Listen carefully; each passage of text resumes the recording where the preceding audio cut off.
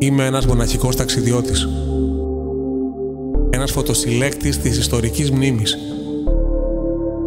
Μόνο με επιθυμία να μάθω, να ανακαλύψω, να συναντήσω και έπειτα να μεταφέρω, να μοιραστώ, να συμφιλιωθώ.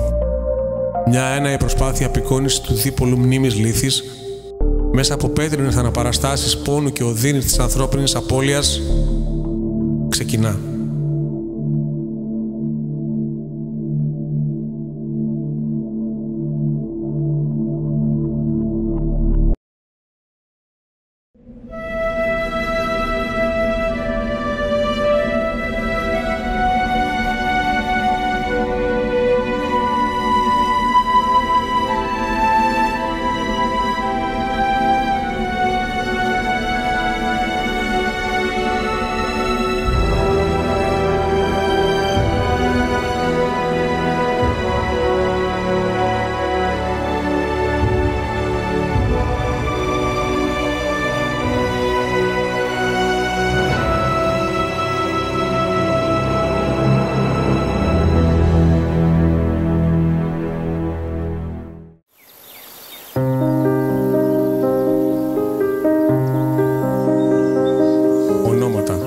Χρονολογίες, θηρεοί, στεφάνια, λέξεις, σκέψεις, ευχές και επιθυμίες. Όλα χαραγμένα, όλα λαξευμένα πάνω σε πέτρες.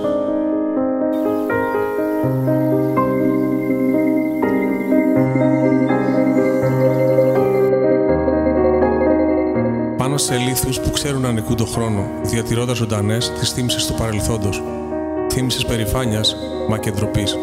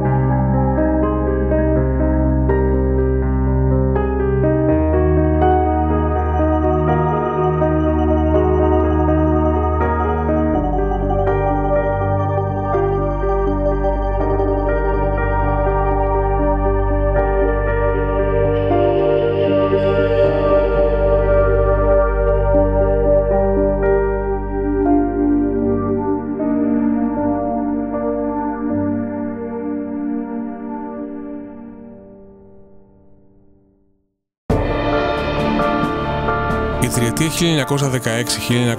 1916-1918 συγκλώνησε τη χώρα θέτοντας τις βάσεις για να σχεδιαστεί ο νέος της χάρτης. Μια τριετία που δίχασε τον ελληνικό κόσμο, μια τριετία που βρήκε τους Έλληνες πάνω στο άρμα των εξελίξεων, στη μέση ενός μεγάλου πολέμου, του μεγαλύτερου μέχρι τότε. Ενός πολέμου στον οποίο μπήκαμε εξαναγκαζόμενοι να συνταχτούμε υπέρ του ενός ή του άλλου αντιμαχόμενου. Το επαθλό. Μια ευνοϊκή θέση στο υπερχόμενο τραπέζι της ειρήνης, τότε που ξανασχεδιάστηκε ο κόσμος. Το τίμημα, μα το αίμα φυσικά. Το αίμα εκατοντάδων χιλιάδων που πότισε τα χώματα που πατώ. Το αίμα χιλιάδων νεκρών κάθε πλευράς, κάθε σχηματισμού, κάθε παράταξης. Ο θάνατος άλλωστε ποτέ ως τώρα δεν έκανε διακρίσεις. Διαβάζοντας τη μακάβρια επιγραφή με τους χιλιάδες νεκρούς ανατριχιάζω σύγκορμος. Εις ένδοξον μνήμην 418 αξιωματικών και 10.282 οπλιτών του Βρετανικού στρατού πεσόντων εν Μακεδονία και Σερβία και εις ανάμνησιν 1.917 μαχητών όλων των βαθμών, όν τα ονόματα είναι αναγεγραμμένα των πέριξ στυλών και των οποίων οι νεκροί δεν ανευρέθησαν, έπεσαν πιστοί στο καθήκον.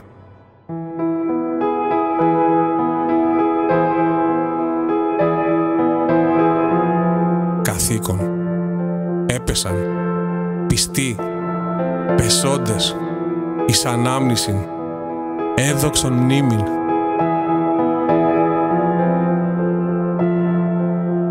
Προσομοιάζω υποσυνείδητα το πεδίο της μάχης, το πεδίο του θανάτου στο μυαλό μου. Το φέρνω μπροστά μου, σε αντιπαραβολή με το γαλήνιο τοπίο που ξεδιπλώνεται στα μάτια μου. Ο νους απέναντι στις αισθήσεις. Πόση ομορφιά, πόση αρμονία, πόση τελειότητα, κι όμως δεν αρκούν. Αδυνατούν να κρύψουν το θάνατο που βρίσκεται παντού ολόγυρά μου. Το θάνατο, εδώ στο λόφο των νεκρών.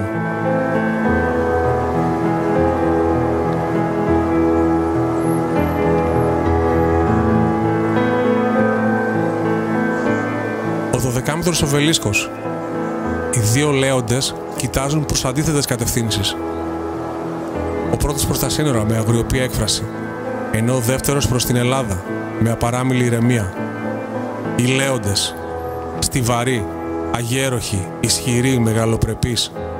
Το ζώο σύμβολο της Βρετανικής Αυτοκρατορίας, ταυτόσιμο της εξουσίας και της ομής δύναμης. Όλοι τους νέοι.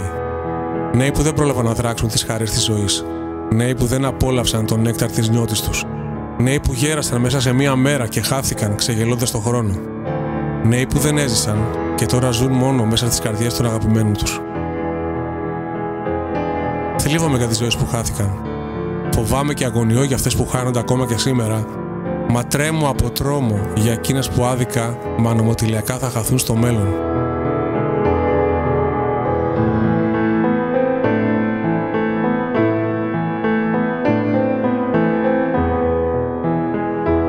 Και πλέον χιλιάδες υπήκοοι της Βρετανικής Αυτοκρατορίας άφησαν την τελευταία πνοή τους μακριά από τις πατρογονικές τους εστίες, μπλέκοντας σε ένα πόλεμο που σίγουρα δεν ήταν δικός τους. Έπεσαν πιστοί στο καθήκον. Πιστοί στο καθήκον. Ποιο ακριβώς καθήκον? Ποιες αστείες υπερασπίστηκε, για ποιους βωμούς πολέμησε ο Ινδός Βρετανός ή ο Σενεγαλέζος Γάλλος υπήκοος τα χαρακόμματα της Βαλκανικής Δοϊράνης και του Σκρά?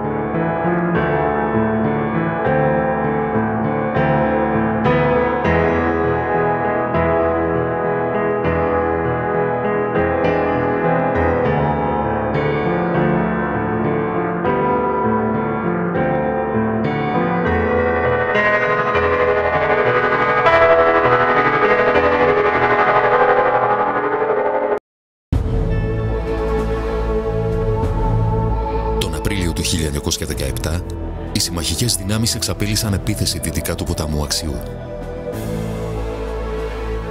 Ταυτόχρονα, τα στρατεύματα της κοινοπολιτείας ξεκίνησαν επίθεση αντιπερισπασμού στη Δοϊράνη. Ενώ βρίσκονταν αντιμέτωποι με ισχυρές ορεινές βουλγαρικές οχυρώσεις, υπέστησαν βαριές απώλειες. Περισσότεροι από 410 άντρες χάθηκαν κατά τη διάρκεια της επίθεσης. Σε μια δεύτερη επίθεση που εκδηλώθηκε στις 8 και 9 Μαΐου, έχασαν τη ζωή τους ακόμα 260. Καθώς οι γαλλοσερβικές δυνάμεις δεν ήταν σε θέση να διεισδύσουν, η επίθεση ανακόπηκε. Το Σεπτέμβριο του 1918, οι μονάδες της κοινοπολιτείας ενώθηκαν με δύο ελληνικές μεραρχίες και επιτέθηκαν εναντίον των βουλγαρικών γραμμών. Στο 16ο Βρετανικό Σώμα Στρατού ανατέθηκε η επίθεση βόρεια της λίμνης Δοϊράνης, στην Πλάγκα Πλανίνα. Ωστόσο, η κύρια προσπάθεια των συμμάχων εκδηλώθηκε δυτικά της λίμνης προς το Γκραν Κουρονέ. 14 από τα 22 τάγματα πεζικού που πολέμησαν εδώ κατά την άνοιξη του 1917 παρέμειναν με πολλούς από τους άντρες τους εξασθενημένους από ασθένειες. Οι αμυνόμενοι τους ξεπέρασαν αριθμητικά, καθώς κατά τους μήνες που μεσολάβησαν ενίσχυσαν τις θέσεις τους κτίζοντας τσιμεντένια οχυρά και θέσεις πολυβόλων. Η επίθεση εκδηλώθηκε στις 17 Σεπτεμβρίου. Σημειώθηκαν νίκες δυτικά της βουλγαρικής άμυνας, όπου έγινε η εισβολή σε χαρακόμματα της πρώτης γραμμής. Καταλήφθηκε το Πετί Κορονέ, ενώ οι ελληνικές δυνάμεις κατέλαβαν τη Δοϊράνη. Οι κοινοπολιτειακές δυνάμεις, ωστόσο, δεν κατάφεραν να διασπάσουν την ισχυρή αμυντική τοποθεσία. Περίπου 350 άντρες έπεσαν στις 18 και 19 Σεπτεμβρίου. Την ίδια στιγμή, στα δυτικά, Σέρβοι και Γάλλοι κατάφεραν να διασπάσουν τις γραμμές του εχθρού. Οι βουλγαρικές δυνάμεις στη Δοϊράνη υποχώρησαν διωκόμενες μέσα από τα βουνά. Στις 29 Σεπτεμβρίου η Βουλγαρία με το στρατιωτικό και πολιτικό ηθικό πληγωμένο, έγινε η πρώτη από τις κεντρικές δυνάμεις που ζήτησε ανακοχή.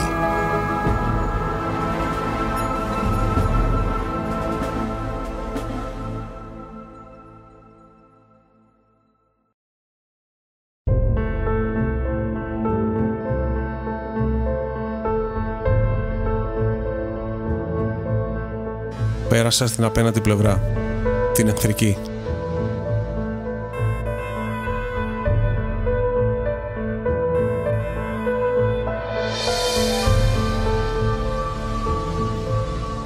Η διαδρομή στον τόπο του μαρτυρίου είναι τραχιά και δύσβατη. Μια ανηφορική διαδρομή 7-8 χιλιόμετρων. Ίσως να είναι η γραμμή ανεφοδιασμού των Βουλγάρων. Μια ώρα αργότερα, τα πόδια μου δεν με κρατούν. Υποφέρω από κράμπες. Λίγο ακόμα και φτάνω στην πηγή. Μεταφορικά και κυριολεκτικά. Η πηγή του Τσάρου Φερδινάνδου αχνοφαίνεται στο τέλος του δρόμου. Πρέπει να φτάσω ως εκεί. Έχω όλο το χρόνο και την άνεση να ανέβω το ύψωμα. Όλο το χρόνο και την άνεση που δεν είχαν οι άτυχοι επιτιθέμενοι 106 χρόνια πριν. Το νερό της επαναφέρει τη χαμένη μου ενέργεια ενεργοποιώντας τη σκέψη μου. Το Grand Couronné απέχει λίγο ακόμα.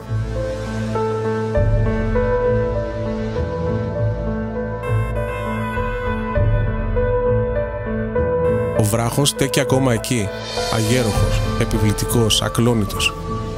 Ψηλά στο κέντρο είναι σκαλισμένη μια επιγραφή. Στη μνήμη των ηρωικών νεκρών της 22ης μεραρχίας που έπεσαν στη Μακεδονία 1915-1918. Πόσες προσδοκίες, πόσες επιθέσεις, πόσοι νεκροί.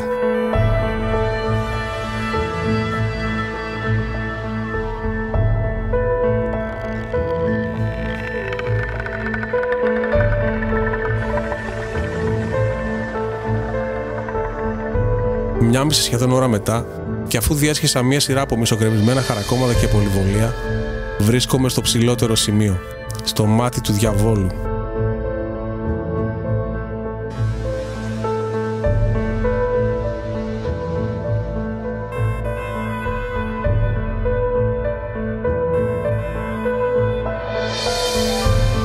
Δύο σκουριασμένες οβίδες πυροβόλου είναι αφημένες συμβολικά εκεί, πάνω από ένα κατεστραμμένο από το χρόνο βουλγαρικό παρατηρητήριο, για να θυμίζω σε όλους πως εδώ, στο μάτι του διαβόλου, όπως το ονόμασαν οι Βρετανοί, δεν ανέβηκε ποτέ ο εχθρός.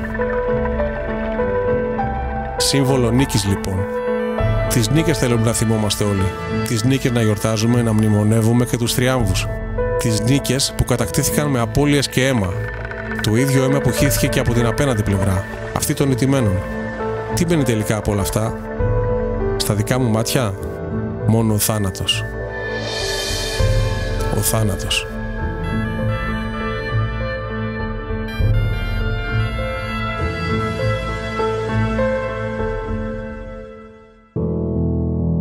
Από τους 15 αξιωματικούς και τους 409 στρατιώτες που πήραν μέρος στη μάχη εκείνο το πρωί, μόνο ένας αξιωματικός και 40 τραυματισμένοι άντρες επέζησαν. Το τάγμα έχασε 14 αξιωματικούς και 369 στρατιώτες.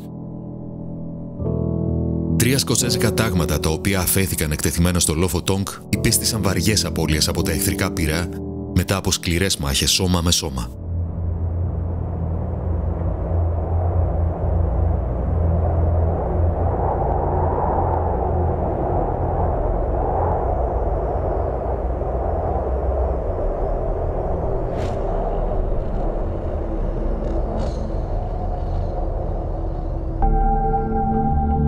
Τρία σκοτσέζικα τάγματα.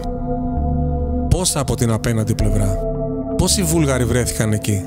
Πόσοι νέοι γεμάτοι ορμή και δίψα για μάθηση, για έρωτα, για ζωή. Πόσο καλύτερη θα γινόταν η δική του ζωή αν κρατούσαν εκείνη την κορυφή με κάθε τρόπο. Πόσο ωφελημένοι θα έβγαιναν οι ίδιοι στην περίπτωση που επιβίωναν του αιματοκυλίσματος, που επιζούσαν του ολέθρου σε μια εκδοχή νίκης της χώρας τους. Ζούμε σε έναν άδικο κόσμο. Σε έναν κόσμο που ο ισχυρός οδηγεί χειραγωγώντας τον αδύναμο, ορίζοντάς τον, αποφασίζοντας για αυτόν, αδιαφορώντας για αυτόν και την τύχη του.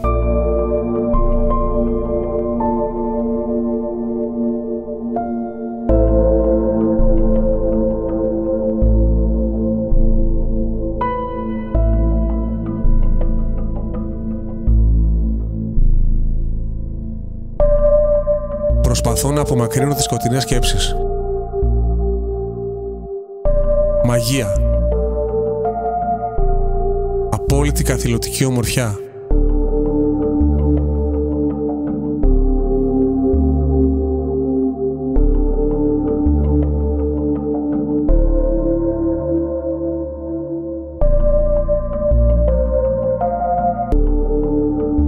Αφήνω την εικόνα να κάνει την υπόλοιπη δουλειά. Αφήνω τη φύση να διορθώσει την ανθρώπινη παραφωνία. Αφήνω τη λίμνη να τραβήξει το πυθμένα της όλα όσα δηλητηριάζουν το νου μου.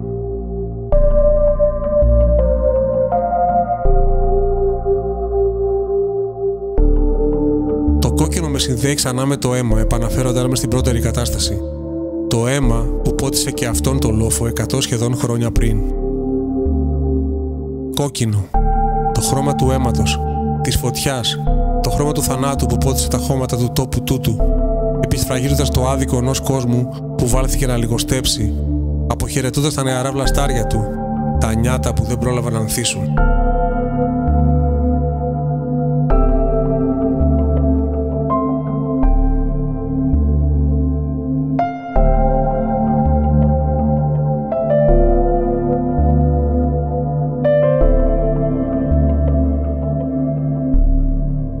Θέλει να κυριαρχήσει, θέλει να κατακτήσει, να επιβληθεί, είναι ολοφάνερο. Συνειδητοποιώ πως το μήνυμα που περνά κωδικοποιημένα είναι δυσίωνο. Παρατηρώντας το δεύτερο λέοντα, αυτόν με την υφάλια στάση, προσπαθώ να ισορροπήσω στο μυαλό μου τη σκοτεινή με τη φωτεινή, την πιο αισιόδοξη πλευρά του ανθρώπου. Θα μάθει τελικά από τα λάθη του. Θα τα αξιοποιήσει ώστε να τα αποφύγει την επόμενη φορά. Θα υπάρξει επόμενη φορά. Να ξεχάσουμε τελικά ή να θυμόμαστε το παρελθόν μας. Μπορούμε να ελπίζουμε σε ένα πιο αισιόδοξο μέλλον. Είναι άραγε περισσότερα αυτά που μας ενώνουν από εκείνα που μας χωρίζουν. Πάνω σε λίθους δοξάζεται η μνήμη των νεκρών, η μνήμη των αθώων, η μνήμη των μαρτύρων της ζωής. Μια ζωής που δεν τους χαμογέλασε ποτέ, μόνο τους γύρισε την πλάτη και τους ξέχασε.